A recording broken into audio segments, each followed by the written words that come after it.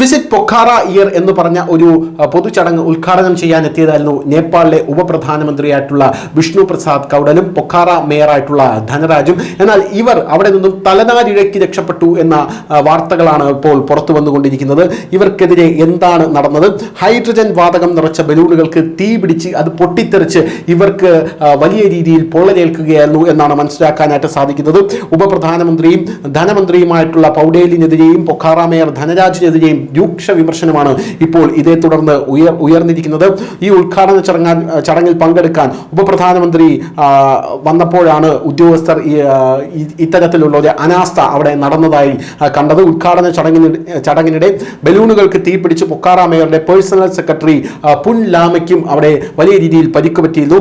ബലൂണുകളിൽ hydrogen വാതകം നിറച്ചിരുന്നു. എന്നാൽ ഈ ഹൈഡ്രജൻ വാതകത്തിന് എങ്ങനെയാണ് തീ പിടിച്ചത് എന്നാണ് ഇപ്പോൾ പല ആൾക്കാരും അന്വേഷിക്കുന്നത്. ഇതൊരു പുതിയ തരം ടെക്നിക്കാണോ എന്നാണ് ഇപ്പോൾ പോലീസ് പരിശോധിച്ചു വരുന്നത്.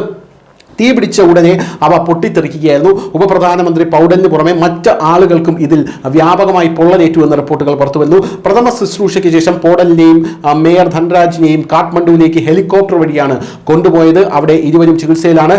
രണ്ടുപേരും അപകടനില തരണം ചെയ്തിട്ടുണ്ട് എന്നുള്ളതാണ് ഇതിലെ പ്രധാനപ്പെട്ട കാര്യമെന്ന് പറയുന്നത്. ഒരു ഓട്ടോമാറ്റിക് സ്വിച്ച് തെറിച്ച് ഹൈഡ്രജൻ നിറച്ച ബലൂണിന് തീ പിടിക്കുകയായിരുന്നു എന്നാണ് ഇപ്പോൾ പ്രാഥമികമായിട്ടുള്ള അന്വേഷണത്തിൽ കണ്ടെത്തിയിരിക്കുന്നത്. അങ്ങനെയാണ് പൊട്ടിത്തെറി ഉണ്ടായിരിക്കുന്നത്. എന്നിരുന്നാലും ഈ സംഭവം ഉണ്ടായിട്ടും വലിയ രീതിയിലുള്ള സുരക്ഷാ വീഴ്ചയാണ് ഇത് എന്ന് മേയർ അടക്കമുള്ള ആൾക്കാർ അംഗീകരിച്ച് തരാൻ തയ്യാറായിട്ടില്ല എന്നുള്ളത് ഇതിൻ്റെ സംശയ സാധ്യത വർദ്ധിപ്പിക്കുന്നു എന്നാണ് ഇപ്പോൾ പോലീസ് അടക്കം പറയുന്നത്. ഒരു ഉപപ്രധാനമന്ത്രി അവിടെ എത്തുമ്പോൾ പാലിക്കേണ്ട പ്രോട്ടോക്കോളുകൾ ഒന്നും തന്നെ പാലിക്കാതെയാണ് ഈ സംഭവം നടന്നിരിക്കുന്നത്.